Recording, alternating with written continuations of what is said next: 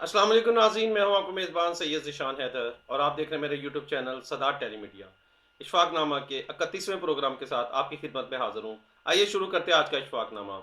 नाज़रीन, इशफाक अहमद साहब कहते हैं, सुबह का वक्त बड़ा सुहाना होता है जब सूरज की रोशनी अपनी पूरी लंबाई के साथ ज़मीन को छूने लगती है।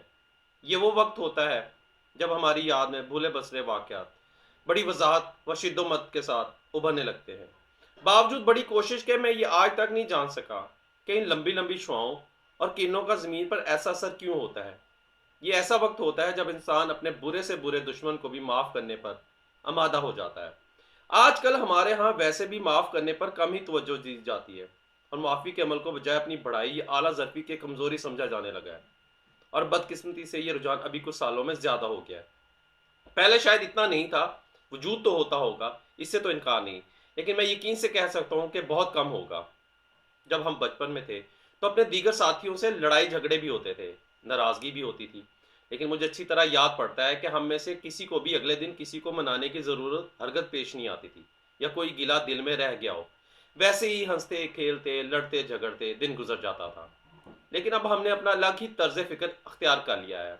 हमने मुख्तलिफ लोगों के बारे में मुख्तलिफ राय कायम कर ली है। मिसाल के तौर पर हमने सोच रखा है कि हमने फ़लाँ साहब की फ़लाँ बात का जवाब फ़लाँ तरीके से ही देना है।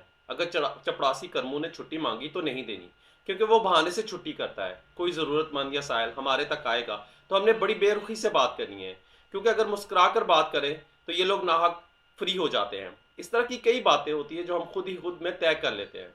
हालांकि हम इस बात से बेखबर होते हैं कि जिन लोगों के बारे में हम सख्त रवैये पर मबनी राय काम कर रहे हैं, वो हो सकता है हमारे लिए बड़ी अच्छी राय रखते हों। जिस चपड़ासी कर्मों को हम छुट्टी नहीं देने और झटकियां देने का फैसला सादर कर चुके हैं, वो इस बार छुट्टी के लिए बहानेबाजी से काम नहीं ले रहा होगा और इसे वाकई कोई मसला या मुश्किल दरपेश होगी। हमने शायद कभी एक लम्हे के लिए भी नहीं सोचा कि हमारे चेहरों से हंसी मुस्कुराहट यकदम क्यों ख़त्म होती जा रही है। बात यह नहीं है कि हम अच्छा होना ही नहीं चाहते, ऐसा हरगिज़ नहीं है। हमारे दिल के किसी ना किसी गोशे में ये ख्वाहिश ज़रूर मौजूद होती है कि हम अच्छे बने, लेकिन अजीब खौफ हमें इस बात से दूर करता है।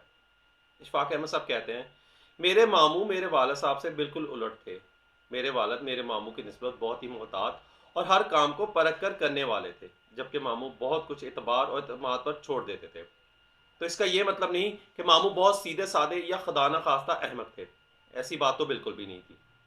मामू का अपना एक अलग ही फलसफा था। वो मुझसे अक्सर कहा करते थे कि तुम लोगों को अपने से अच्छा सिला लेने दो, उन्हें ठग लेने दो। अगर तुम उनसे झगड़ा नहीं करोगे, मुबाहिसा नहीं करोगे, वो सुलह जो चाहेंगे हथियार फेंक देंगे, अच्छे और शरीफ हो जाएंगे। और यकीन करना बेटा, इंसान अच्छा और शरीफ होना चाहता है, लेकिन इसको मौका ही नहीं मिलता।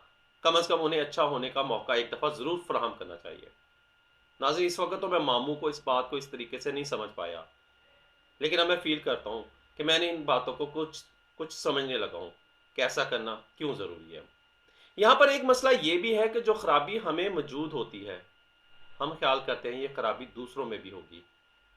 इशफाक अहमद साहब कहते हैं, मैं जब बैंक की खिड़की पर खड़ा बिल जमा करवा रहा होता हूँ, तो कई बार मेरे जहन में ये ख्याल आता है कि मैंने अपने यूटिलिटी बिल्स के जो पैसे कैशियर को थमा थमा दिए हैं, यही ना हो कि वो पैसे लेकर ये कहे कि आपने तो मुझे पैसे दिए ही नहीं, मेरे पास इसे पैसे देने की कोई रसीद भी नहीं, और मैं कैसे किसी और को यकीन दिलाऊं कि मैंने वाकई इस कैशियर को पैसे दे दिए हैं और बिल अदा कर दिया है।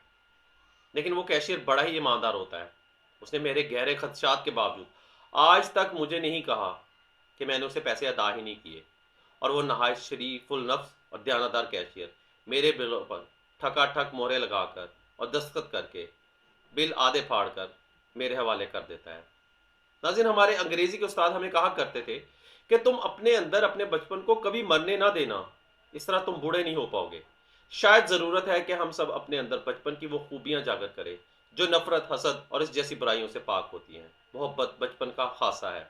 मासूम शरारतें और बोंगियाँ ज़हनी तंदुरुस्ती के लिए बहुत ज़रूरी है, और माहिरीन नफ्सियात इस बात पर ज़ोर देते हैं कि कुछ वक्त खुद पर ऐसी कैफियत वारद करना बहुत ज़रूरी है जिसमें हम अपने तारफ़ से हटकर और अपने ओहदे एक तरफ रखते हुए चंद मिनटों के लिए बच्चे बन जाए। तो नाज़रीन, ये था हमारा आज का प्रोग्राम। उम्मीद है आपको पसंद आया होगा। अगले प्रोग्राम तक के लिए इजाज़त दीजिए। अल्लाह हाफिज़।